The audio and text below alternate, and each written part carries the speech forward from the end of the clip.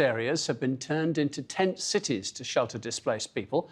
We can talk now to the head of programmes from the NGO Orange, that's Feras Hussein. Feras Hussein, thank you very much indeed for joining us. Do you have enough material? Do you have sufficient number of tents for the people who need them? Actually, we are trying to collaborate with all the efforts being done right now with several, I can say, NGOs trying to deliver the supplies. But like talking about the tents, of course, there is a huge need of not only the tents, but like in every single thing that can be provided to the targeted areas, but particularly in the Northwest.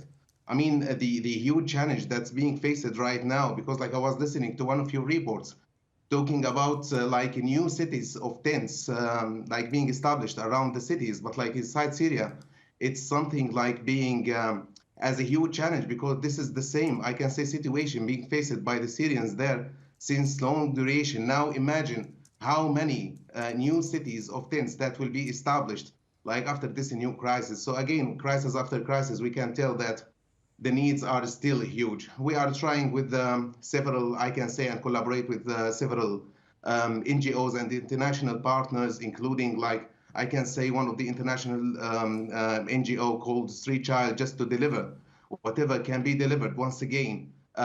Because, like, the crisis came, suddenly all the buildings were destroyed, like, in a blink of fate, and nobody was even expected that the size of the or the effect of this crisis will reach this level, I can say, of destruction.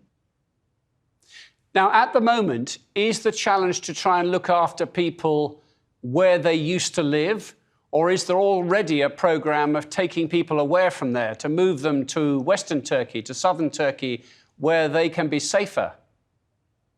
Well, our operations is like in both in Syria and in Turkey, but like it depends actually on the, I can say, the availability of the shelter where the people can be moved. I mean, we are not talking about like few thousands that are affected to be, I can say, displaced, or like I can say, move it to another safer places. We are talking about millions. And like with this kind of situation, everything can be chaotic, and like everybody needs to be like able to gather breaths, I can say, to move forward. And like one of the most affecting, I can say, challenges is like most of the NGOs are operating in the provinces close to the Syrian borders, where the humanitarian services are usually delivered, whether to the host communities, Syrian refugees, and also to the people in South Syria. But like the current crisis caused a kind of like complete destruction of the supply chain, and also even the operations of the same NGOs being placed in the same, I can say, locations were affected. So that's why it caused this kind of challenge to move the people. But of course, I mean, it depends once again on the situation of the buildings and also the safety of the people where they can be moved, and also the availability of means of transportation.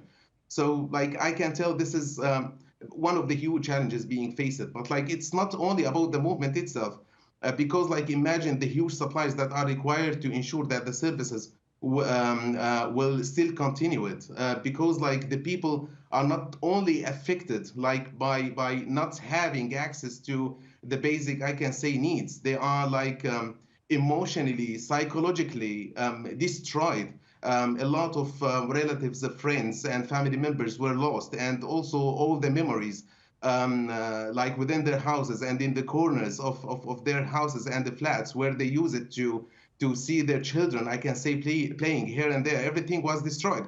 So like it's a kind of complex crisis that will need too long time to ensure that the people will be able to recover.